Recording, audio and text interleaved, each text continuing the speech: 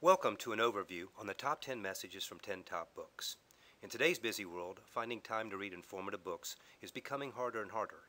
And how many times have you bought a book and then never found the time to read it or read it all the way through? It happens to a lot of us.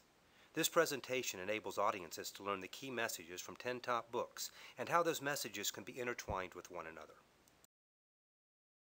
My name is Gary Tomlinson, and this is one of my favorite presentations to share with audiences. I've been an avid reader of business books for over 20 years, and I believe when you combine great business education with your own business experience, the outcome you'll receive will be far greater than the sum of its parts. It's like an alloy where 1 + 1 = 3. This quote by Cabot Robert sets the stage for my presentation. He says that learning from the school of hard knocks is very informing, but often the tuition is too high. We should learn from other people's experiences. The purpose of Top 10 Messages from 10 Top Books is to do just that, to learn from other people's experiences. The book covers you see here are just 10 of the over 200 business books that can be chosen for this presentation. It can be custom designed to meet the expectations of organizations, associations, and civic groups.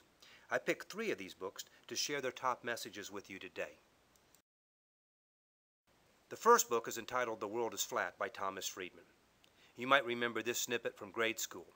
In 1492, Columbus sailed the ocean blue and declared the world is round.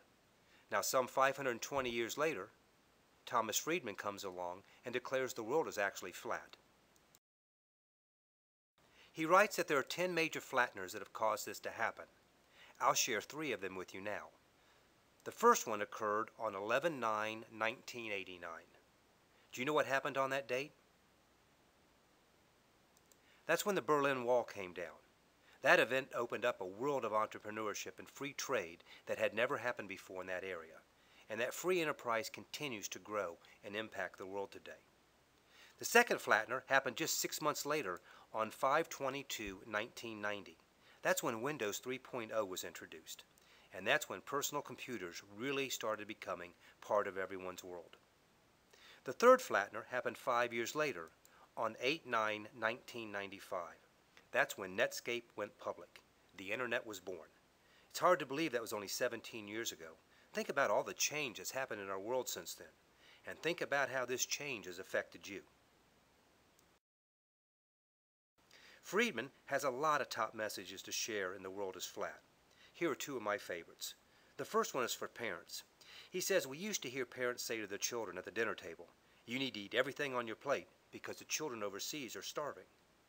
Now he says parents should tell their children, "When you're done eating, go study, and study hard, because the children overseas are starving for your jobs."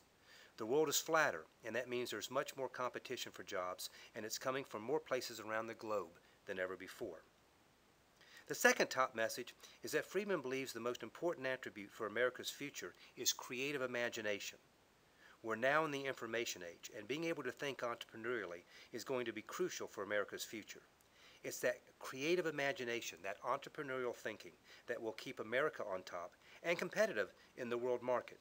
He says we're entering a phase where we're going to see the digitization, virtualization, and automation of almost everything.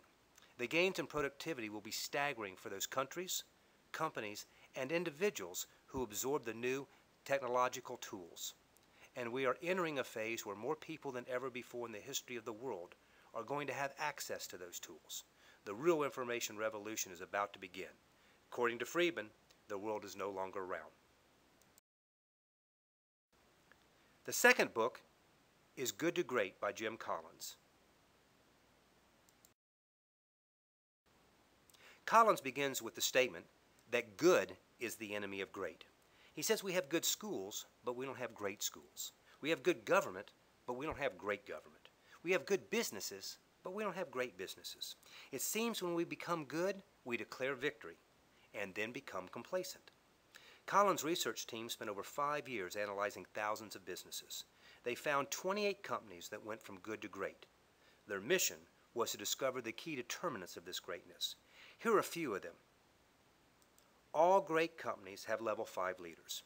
Another way to describe a level 5 leader would be that of a servant leader. Level 5 leaders channel their ego needs away from themselves and into the larger goal of building a great company. It's not that level 5 leaders have no ego or self-interest. Indeed, they're incredibly ambitious.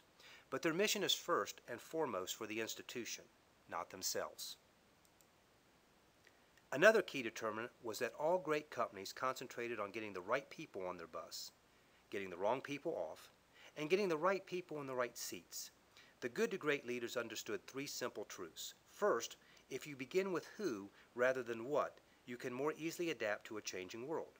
If people join the bus primarily because of where it's going, what happens if you get 10 miles down the road and you need to change direction? You've got a problem. But if people are on the bus because of who else is on the bus, then it's much easier to change direction. Second, if you have the right people on the bus, the problem of how to motivate and manage them largely go away.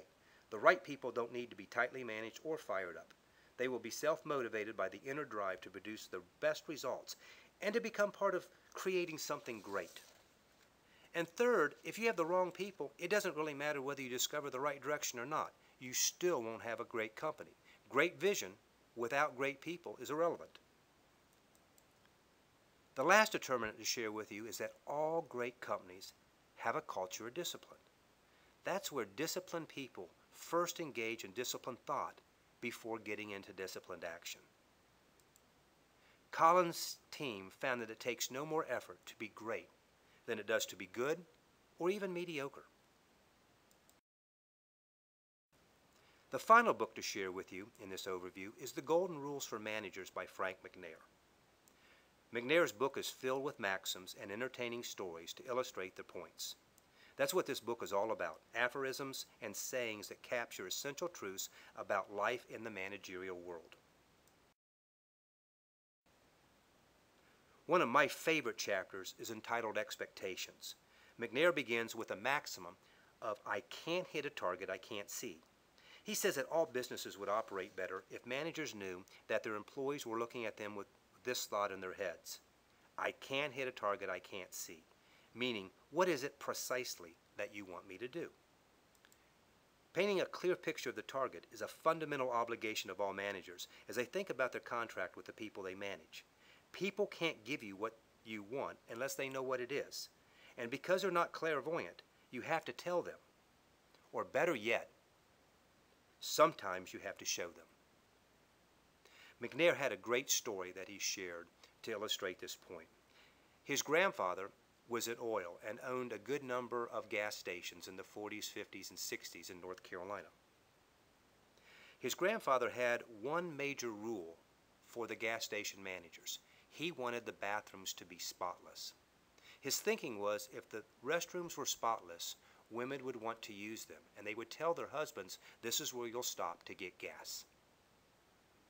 Well, after church on Sundays, McNair often would ride with his grandfather, and they would go visit a number of service stations, especially those that had new service station managers.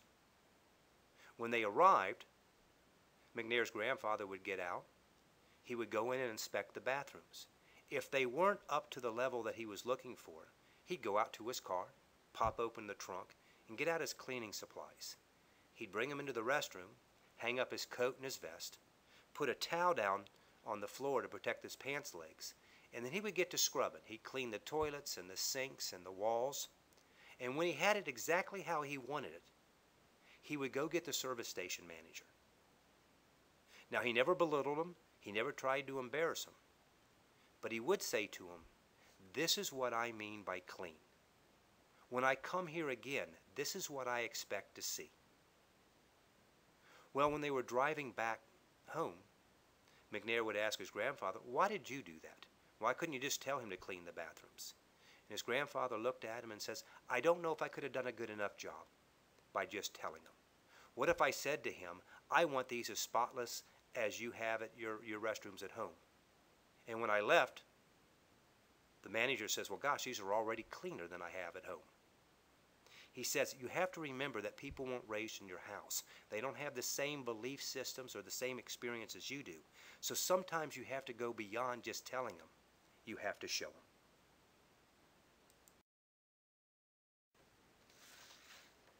There's much that we can learn from other people's experiences. When you combine great business education with your own business experience, the outcome you'll receive is far greater than the sum of its parts. Top 10 Messages from 10 Top Books is an informative presentation that shares business experience and wisdom with others.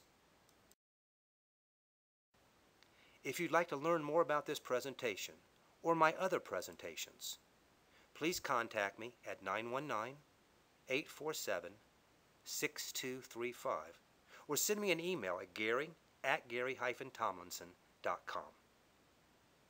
I'll leave you now with this quote from Henry Ford. "The man who does not read good books has no advantage over the man who can't read them."